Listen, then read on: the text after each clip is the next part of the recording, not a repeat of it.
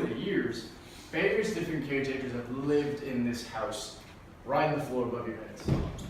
Now these caretakers have often reported hearing loud, full conversations coming from within these rooms out. Now naturally, if you want to take a picture and the flash goes off and you don't want it to, just delete the picture, turn off the flash, take the picture again. Now this gentleman, he's about to hit the delete button. But his wife, she looks at the picture, she nudges him a little bit and says, honey, before you do that, I want you to really look at the picture.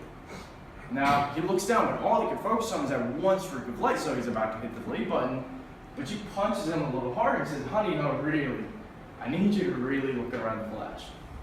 It wasn't until he looked around that he noticed an extra 13th member of the tour standing right behind his wife.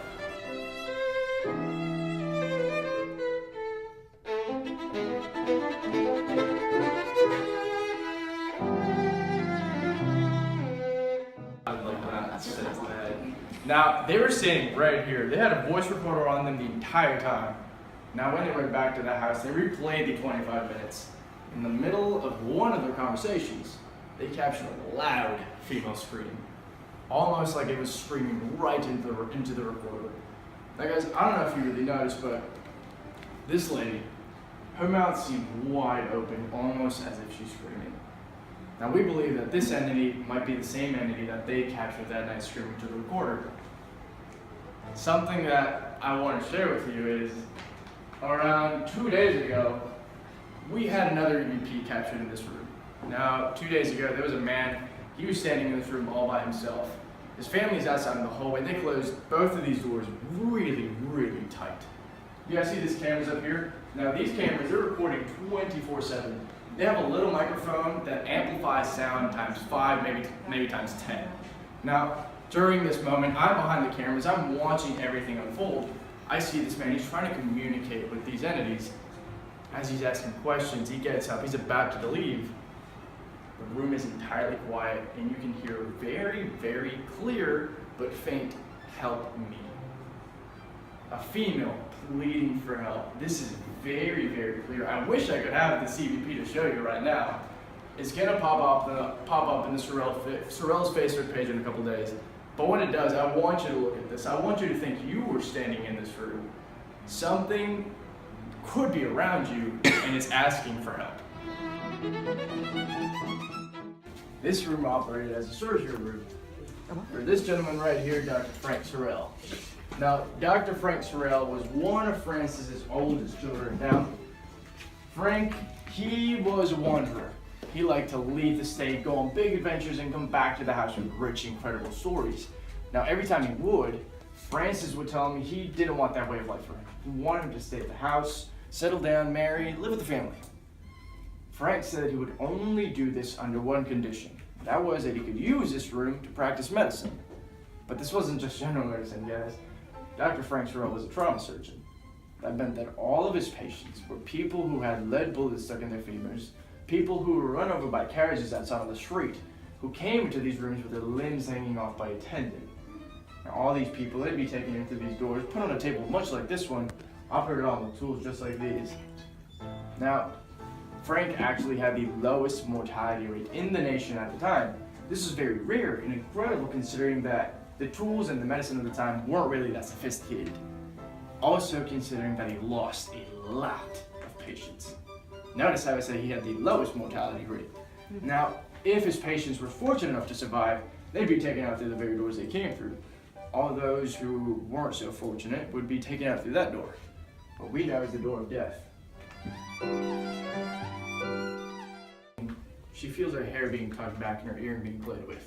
And at first, she looked back, nobody was behind her, so she thought maybe it was just the wind. Guys, I want you to raise your hands. Do you feel any wind in this room? These doors are all blocked off. You will not get a breeze in this room no matter how hard you try. Now guys, it wasn't until the second time she felt her hair being tugged back that she noticed something was off. Only the second time her earring wasn't just played with. Her earring was torn right out of her ear and thrown across the room. It was thrown so hard it bounced off the wall and landed right back in front of her. Now, pay attention to your ears. Because last night's sprays, these are a very rare kind of brick. Only a handful of them were made, and they were made by the very slaves of this house. Now these bricks are made of volcanic ash and limestone. In the paranormal community, these are considered to be very great conductors of paranormal activity. They actually serve as batteries for all of these entities. I myself have seen Shadow Man more than 5 times. Now Shadow Man, the latest time I saw him, I was coming down the stairs. This is midnight. I'm turning off every single one of these oil lamps. I turn off all the lights. I'm heading out the exit, and I turn on my flashlight. As soon as I do, in my one sphere of light, I see a very tall figure standing 5 feet in front of me. Now guys, I want you to really gather, because Shadow Man was actually captured on camera 4 weeks ago.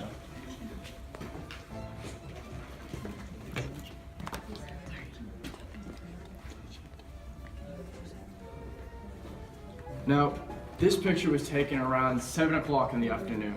The sun is still shining bright. You can see the sunlight coming in from the windows, sunlight coming in from the doors. You can make out the detail of almost everything in this room.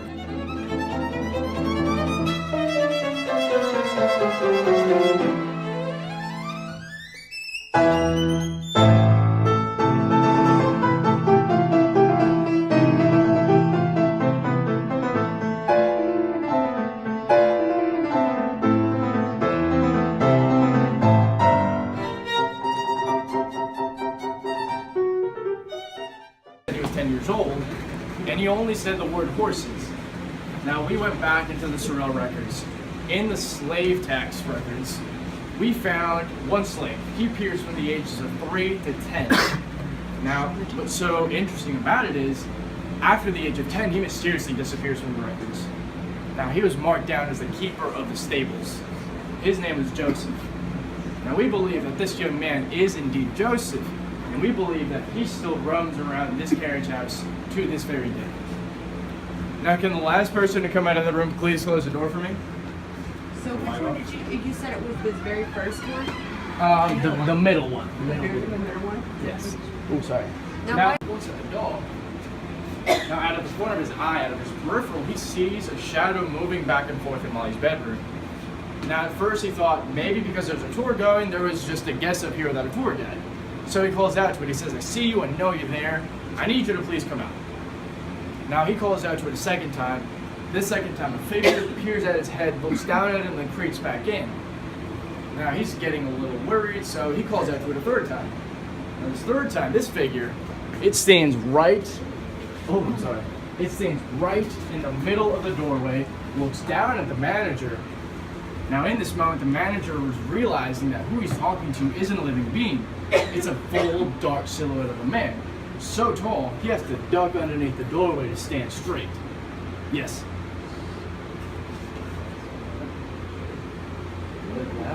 Is that the floor?